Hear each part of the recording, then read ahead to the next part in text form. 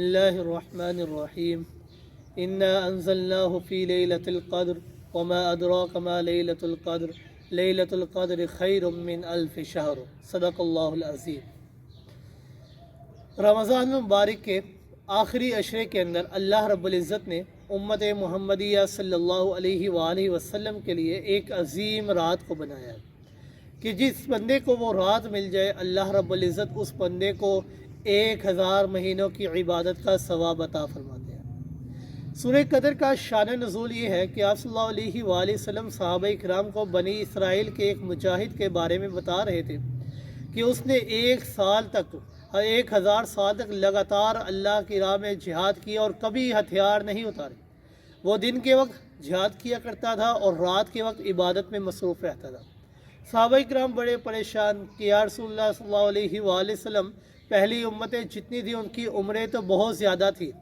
کسی کی 1000 سال، کسی کی 2000 سال، کسی کی 500 سال، کسی کی 800 سال، ہماری عمریں تو بہت کم ہے۔ تو اللہ رب العزت نے تسلی دیتے ہوئے فرمایا کہ اے میرے محبوب پاک پیغمبر صلی اللہ علیہ وآلہ وسلم، اپنے اصحاب کو تسلی دے دیجئے کہ اگر میں نے اللہ نے ان کو عمریں عطا کی ہیں تو ان کا ثواب کم تھا، آپ کی امت کو میں اللہ نے اگر عمر کم عطا کی ہے لیکن ثواب کو دگنا کر دیا ہے، ثواب کو بڑھا دیا ہے۔ اس رات کو لیلۃ القدر کیوں کہا جاتا ہے؟ اس کا نام لیلۃ القدر کیوں رکھا گیا کہ جو آدمی گناہوں کی وجہ سے اللہ کی نظر میں، لوگوں کی نظر میں بے قدرہ تھا، جو اس نے اس رات کے اندر اللہ سے سچی توبہ کر لی تو اللہ رب العزت اس کی توبہ کو قبول کر کے اسے اپنی نگاہ میں قدروں والا بنا دیتے اور لوگوں کی نگاہ میں بھی قدر والا بنا دیتے۔ اس رات کے اندر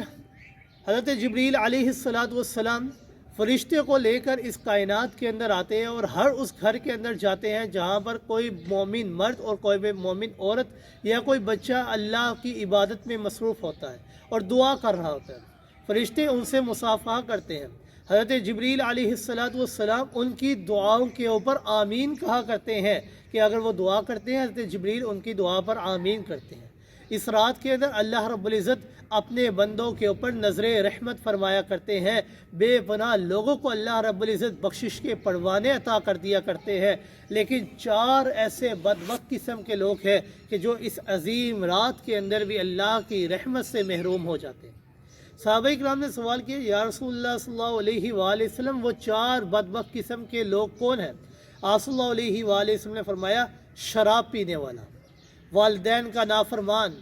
قطع رحمی کرنے والا اور بغض اور کینہ رکھنے والا۔ یہ 4 ایسے بدبخت قسم کے لوگ ہیں جو لیلۃ القدر کی عظیم رات کے اندر بھی اللہ سے بخشش کا پروانہ حاصل نہیں کر سکتے۔